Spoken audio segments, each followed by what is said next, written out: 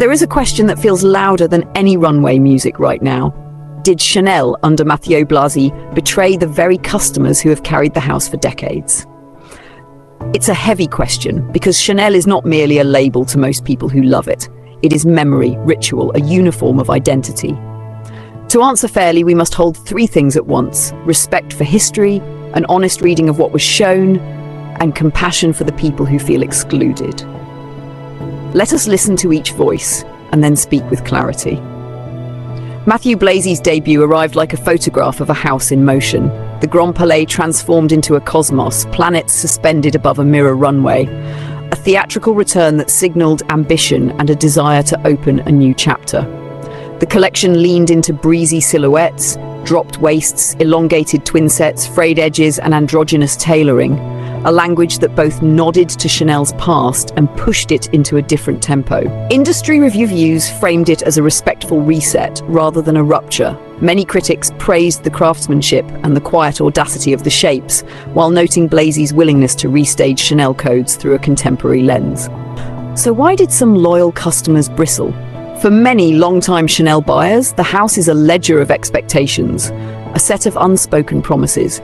Tweed that comforts like an old jacket, proportions that flatter with predictable generosity, seasonal variations that feel like chapters in a single, continuous book.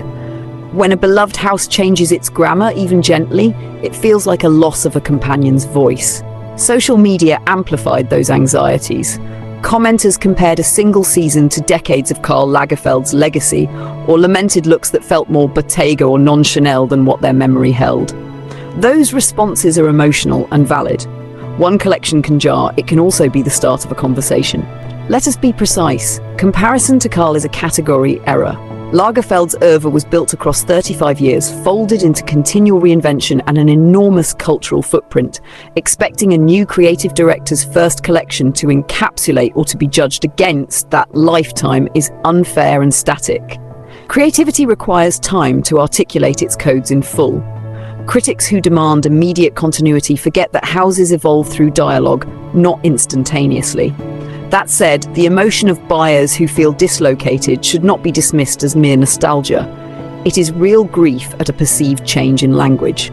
A fair reading acknowledges both the unfairness of the comparison and the legitimacy of the feeling. What did Blazy actually do with Chanel's codes? He stretched them, stripped some edges, and reoriented proportion. The tweed was there, but in new weights and attitudes. The little black elements reappeared as understatements rather than overt banners. The show's theatricality, planets, mirrored runway, reminded audiences that Chanel can still stage majesty, even while the clothes leaned toward the languid and the lived-in. Crucially, many reviewers saw this as honoring the house's foundations rather than erasing them. A contemporary translation, not an obliteration. These are not quibbles of taste only, they matter because they signal direction. Who loses and who gains when a house recalibrates? The answer is both and neither. There will be loyal customers who feel momentarily alienated.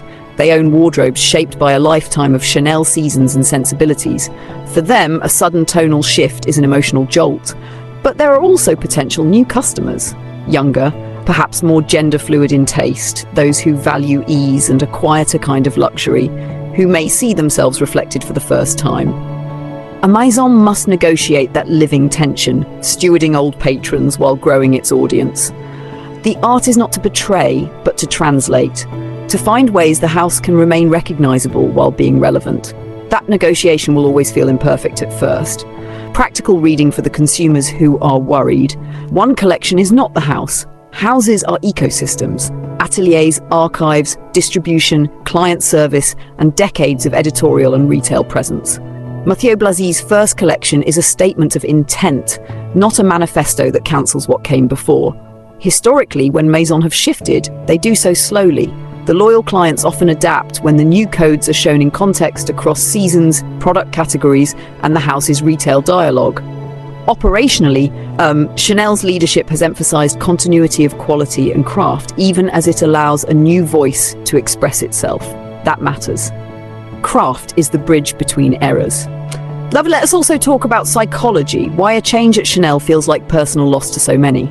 Belonging is a cognitive architecture. Brands like Chanel create rituals, the boutique visit, the tweed jacket, the seasonal waiting list, that fold into identity. When those rituals shift, people feel a small bereavement. Another factor is symbolic capital. Owning Chanel has been a signal of taste and continuity. When the visible signal mutates, new silhouettes, different attitudes, the symbolic language must be relearned. That takes time, and it can feel destabilizing.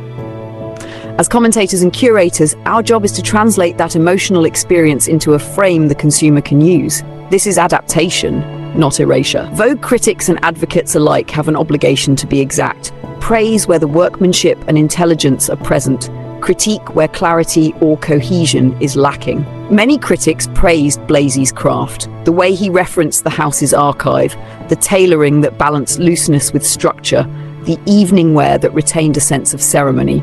Other voices, some within the audience and on social platforms, felt pacing and repetition in the show unnerved them, or they wanted a more linear narrative for the season's wardrobe. Both are factual observations we should hold simultaneously. The design process is iterative. A debut is a first proof, not a final thesis. About the commercial reality, Chanel is a business with enormous cultural capital. Its decisions will be judged by sales, retention, and new customer acquisition. Early indicators, the volume of press, the standing ovation, front row interest, suggest curiosity and appetite. But real proof lies in how the collection translates into wearable pieces across Chanel's boutiques and how existing clients respond in stores. Historically, creative revolutions at houses have both lulled and then expanded markets.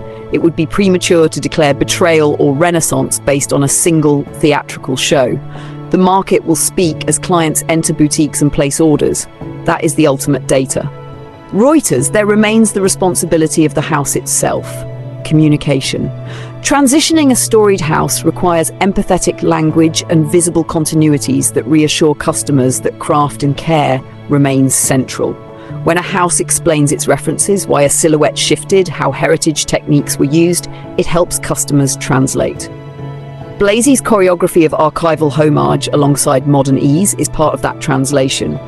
Where messages need clarifying, a house's client service and storytelling must close the gap with honesty and transparency. That is how trust endures. WWD finally, our position. We liked the collection because we believe it honors the spirit of Chanel while asking it to breathe differently. That does not mean we dismiss the discomfort of loyal customers. We are neither reflexive cheerleaders nor punitive critics. We are stewards of the conversation. Artistic direction must earn its right through seasons, not headlines. It must show that new silhouettes still serve the life of the Chanel client, that they sit on chairs, hold infants, travel, attend dinners, and endure across closets. If Blazy's work can do that and continue to respect the Maison's craftspeople, then the shift is repairable and generative. If not, then the dialogue must correct. That is how Maisons survive and evolve. If you're a long-time Chanel client reading this and feeling unsettled, your feeling matters. Give the collection space, but also demand clarity.